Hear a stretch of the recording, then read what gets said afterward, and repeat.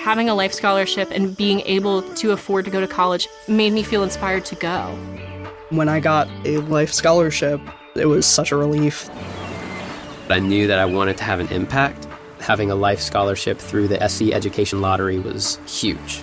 It gave me the opportunity to make that impact right here at home. The South Carolina Education Lottery. A better you, a better us, a better South Carolina. Visit sceducationlottery.com/betteryou. We interrupt this program to bring you an important Wayfair message. Wayfair's got style tips for every home. This is Styles McKenzie helping you make those rooms sing. Today's style tip. When it comes to making a statement, treat bold patterns like neutrals. Go wild, like an untamed animal print area rug under a rustic farmhouse table from Wayfair.com. Fierce. This has been your Wayfair style tip to keep those interiors superior. Wayfair, every style, every home. Ready to make a real impact every day? Join the Active Day Home Care team and help clients maintain their independence in the comfort of their own homes. Make a difference in someone's life as you provide essential daily assistance and protect their health and happiness. Earn up to $20 an hour and enjoy additional perks like optional daily pay, 401k, paid time off, ongoing educational training, and more. Join a team that values care, compassion, and your professional growth. Visit activeday.com to apply. Okay, picture this if you can. It's June 12th, 2025. We're at the Wilshire Federal Building in Los Angeles. Right. And right in the middle of a federal press conference, you see a U.S. senator being physically removed, shoved down, handcuffed by federal agents. It's quite a scene. Yeah, absolutely extraordinary. Seeing a sitting senator treated like that publicly with officials and press right there watching, it's just, well, startling. Exactly. And that really striking image, that's the heart of our deep dive today. We're looking into this intense clash. It involves Senator Alex Padilla, the Department of Homeland Security federal agents. And it's all playing out with this background of heightened immigration enforcement and some really big questions about federal power being asked right there in L.A. We've got sources here, and they paint, frankly, two very different pictures of what actually went down. Very different. And they definitely connect the single incident to these much larger, ongoing political fights, legal battles, too. Right. So our goal here is to kind of unpack all of that. We want to understand the incident itself, obviously, look at the immediate reactions, which, as you said, are wildly different. Yeah. And then sort of connect the dots, right? Link this moment to those broader tensions over immigration, over federal authority that the source material really brings to the surface. Okay, so let's start by setting that scene. Los Angeles, June 12th, the Wilshire Federal Building. Right. You've got DHS Secretary Kristi Noem. She's holding a press conference. The topic, an update on recent federal immigration enforcement, ICE operations specifically. And those operations, the sources tell us, had already caused protests in the city, so tensions were kind of high already. Definitely seems that way.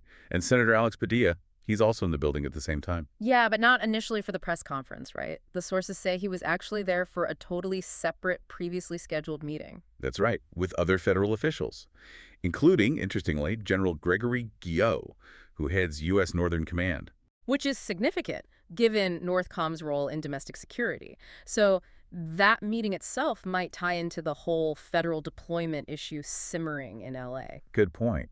But Padilla also decides to go into Secretary Noem's press conference. And this is where, his background really matters. The sources make a point of highlighting this. Yeah, he's the top Democrat on the Senate Judiciary's Immigration Subcommittee. Right. And he's the son of Mexican immigrants. He's been a very outspoken critic of the administration's immigration tactics, especially the escalated enforcement. He has. He's on record condemning earlier ICE raids, accusing the administration of things like terrorizing communities, breaking apart families, even putting citizens in harm's way. Strong words. Very strong. So when he goes to this press conference, according to his side of the story and these sources, it wasn't just like a random impulse. No, he says his office had been trying to get answers from DHS about these specific LA operations, about the National Guard being sent in, the Marines too. And they weren't getting much back. Little to no information is the quote used. So he saw showing up, trying to ask a question as part of his job. His constitutional duty, he called it, to conduct oversight of the Department of Homeland Security. He wanted answers publicly, it seems, on the record. Which brings us right to that moment of confrontation. Secretary Noam is speaking. And some descriptions of the sources say her remarks were pretty pointed. Yeah, apparently including a line about needing to liberate the city of Los Angeles from its socialist leadership through increased operations. Wow. Okay. And then Padilla interrupts. He does, loudly, according to the accounts. I'm Senator Alex Padilla. I have questions for the secretary. And that's the flashpoint. Yeah. Because immediately the sources say Secret Service agents part of Noam's security detail move in. Yep, he's grabbed by the jacket, apparently, shoved out of the room. And then taken down, forced to the ground by a mix of FBI and Secret Service agents. Restrained right there on the floor, handcuffed, face down. The sources even quote him protesting, saying hands off, and apparently mentioning that he couldn't physically lie flat and keep his hands behind his back at the same time. And there's that detail, too, about an FBI agent reportedly blocking a staffer's phone camera, telling them to stop recording. Yeah, just a really intense, chaotic scene described there. And right after it happens, you get these two completely conflicting narratives emerging. Almost instantly. Padilla himself, he was released pretty quickly. No formal arrest, no charges filed. And he holds his own press conference not long after. Visibly emotional, the reports say. And his story is consistent. He was there peacefully just trying to ask a question in his official capacity. Right. And then was almost immediately forcibly removed, forced to the ground, and handcuffed. He made sure to emphasize, I was not arrested. I was not detained. And then he drew that comparison, which was pretty powerful. It was. He said, if this is how this administration responds to a senator with a question, I can only imagine what they're doing to farm workers, to cooks, to day laborers. Urging people to keep protesting peacefully, vowing to hold the administration accountable. Okay, but then, the administration's take. Totally different. Coming from DHS, the FBI, the White House. Yeah, Tricia McLaughlin from DHS basically called it disrespectful political theater. Right. Said Padilla interrupted, didn't identify himself properly, wasn't wearing his Senate security pin. And crucially, that he lunged toward Secretary Noam. That's a key claim, that he didn't back away when told. And therefore, the Secret Service thought he was maybe an attacker and acted appropriately in their view. Then you had Dan Bongino, FBI Deputy Director, chiming in on X, reinforcing that claim about the security pin and adding that Padilla physically resisted law enforcement. And the White House, Abigail Jackson, called it grandstanding, an immature theater kid stunt. And even sort of pivoted, suggesting Democrats were more upset about Padilla than about alleged violent riots and assaults on law enforcement in L.A., kind of deflecting there. So one event, two completely opposite interpretations, motives, actions, everything disputed. And predictably, this ignited a huge political reaction. Oh, absolutely. You saw Democrats condemning it almost immediately and very broadly. California Governor Gavin Newsom, for instance, tweeted it was absolutely abhorrent and outrageous, called on Republican leaders to condemn it too. And he added that warning, didn't he? If they can handcuff a U.S. senator for asking a question, imagine what they will do to you. Yeah. Powerful stuff. Los Angeles Mayor Karen Bass also spoke out strongly. Questioning how federal agents could possibly not recognize one of California's own senators. Right. And she also noted Padilla as the state's first Latino senator, adding another layer. And she pushed back hard on Noam calling L.A. a war zone. You had lots of others weighing in too. Schumer, Schiff demanding answers. Booker, Warren expressing strong support for Padilla. And Representative Maxwell Frost reportedly even called for subpoenaing Kristi Noem over it. So really strong reactions on that side. On the Republican side, though, the response detailed in the sources was, well, more mixed, but generally tended towards defending the agents and criticizing Padilla. Speaker Mike Johnson apparently suggested Padilla should be censured by the Senate. Wow. And other Republicans, lawmakers, and commentators sort of echoed the administration's points. Padilla was shouting, "No ID visible," he resisted. Caroline Leavitt used similar language, calling it disrespectful political theater, a stunt.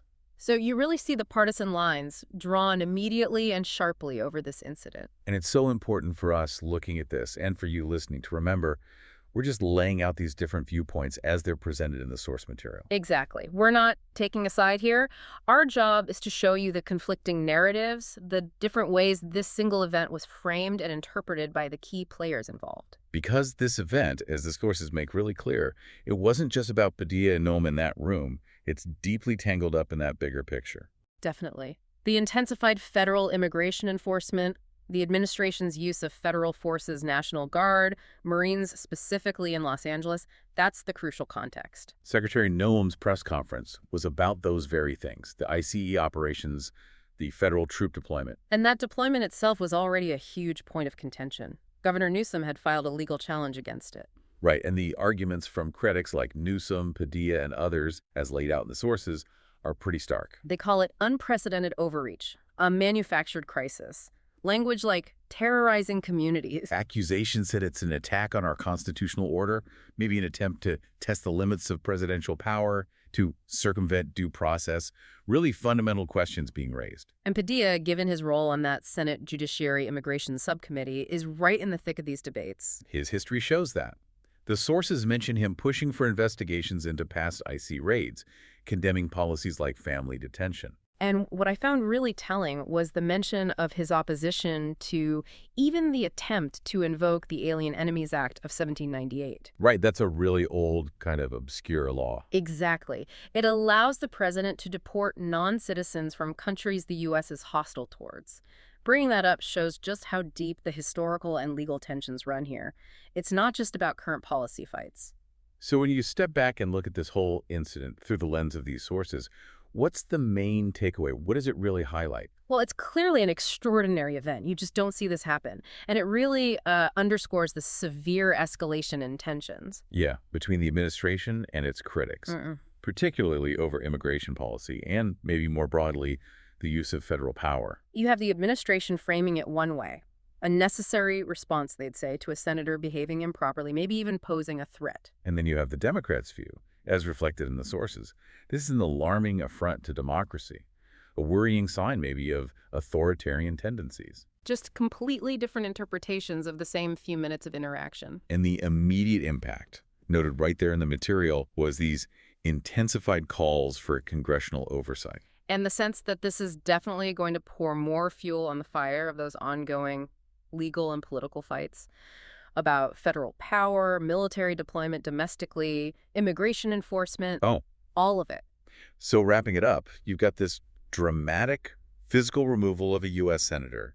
You have these starkly contrasting stories about what happened and why. And it all fits into these larger, really contentious battles over immigration, federal authority, and the relationship between different levels of government. The source material kind of leaves us hanging with this thought, which is worth considering. The full implications of this event on the upcoming political landscape and the national discourse on civil liberties remain to be fully seen. Yeah, and that's really the question to ponder, isn't it? What does an incident like this, described in such opposing ways by the parties involved, actually suggest about the state of play between, say, Congress and the executive branch, or federal and state authorities? And maybe even more fundamentally, how do you think about that balance? The balance between security, order, and individual civil liberties, especially when political tensions are running this high? Definitely a lot to mull over, based on what we've seen in these sources today. Having a life scholarship and being able to afford to go to college made me feel inspired to go. When I got a life scholarship, it was such a relief. I knew that I wanted to have an impact. Having a life scholarship through the SC Education Lottery was huge. It gave me the opportunity to make that impact right here at home. The South Carolina Education Lottery. A better you, a better us, a better South Carolina. Visit sceducationlottery.com/betteryou.